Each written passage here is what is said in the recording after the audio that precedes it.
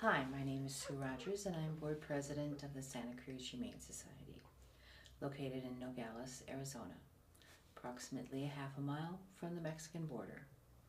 And I want to thank you in advance for taking the time to watch this video to learn a little bit more about us and about the project that we are asking your help on. The project is taking animal control and the Humane Society and putting it on one piece of property for easier access, for animals to be adopted, to be rescued, to be surrendered, and to be found by their owners. We are hoping that we can raise the funds to build a new facility. Alongside of animal control, the county has graciously donated the acreage, and with all of your help, we're hoping we can do this. Right now, animal control is very limited in space. The Humane Society exists in a building that's close to 100 years old and was originally built as a residence.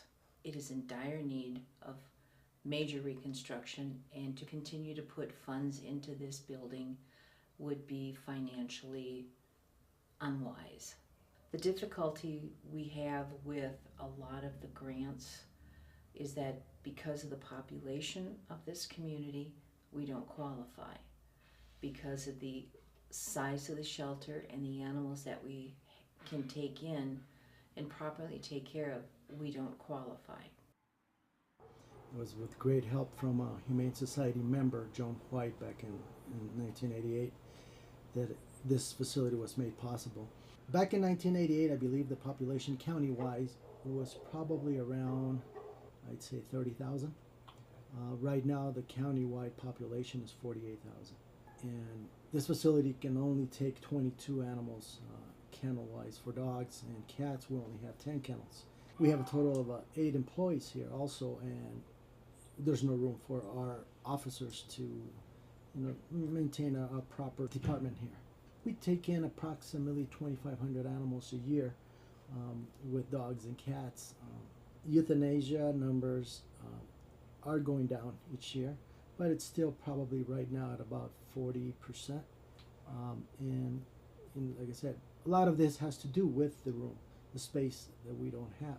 We need a bigger facility to accommodate the population of this county.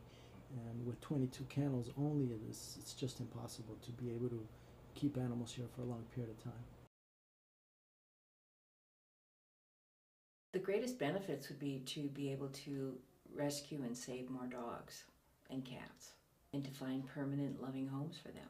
We have the capability of handling about 38 animals here, canines.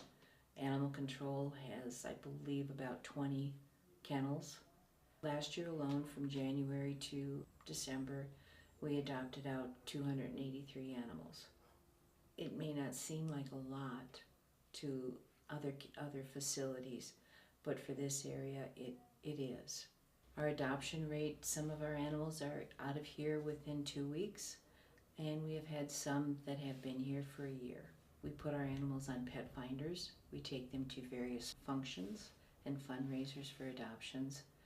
And one of the nicest things we've gotten back is that our animals aren't typical shelter pets. I think the biggest benefit would be for the animals.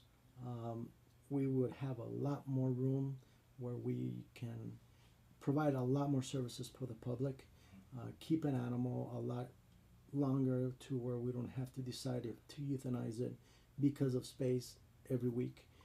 We end up here picking up 3 to 4 dogs a day, and it just fills the facility in 2 or 3 days. Obviously, having a new facility with the rooms that we need for not just the animals, for the officers, for the public, it's a very important so the public can view and see that we have a brand new building, a great facility for the animals, and they can come down and adopt their animal and and be part of our community. Combining the two facilities makes it easier for the community to come to one area. Right now we're separated by about a mile, and it's to be able to come up there. You can have your shots, you can adopt the animal. I would like to put in a grooming facility. Right now when we bring an animal in, the first thing we do is send it over to be bathed and groomed if necessary. Because when you neuter it or spay it, it cannot be bathed for 2 or 3 weeks. So we want to make sure we always have clean animals that will go under surgery.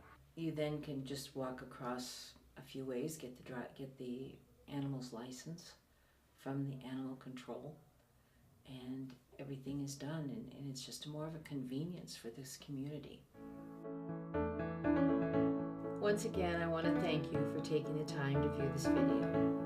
Last year, I watched Secretariat, and watching the strength and courage that Penny Chenery showed in her determination for what she believed in has given me the courage to start this project.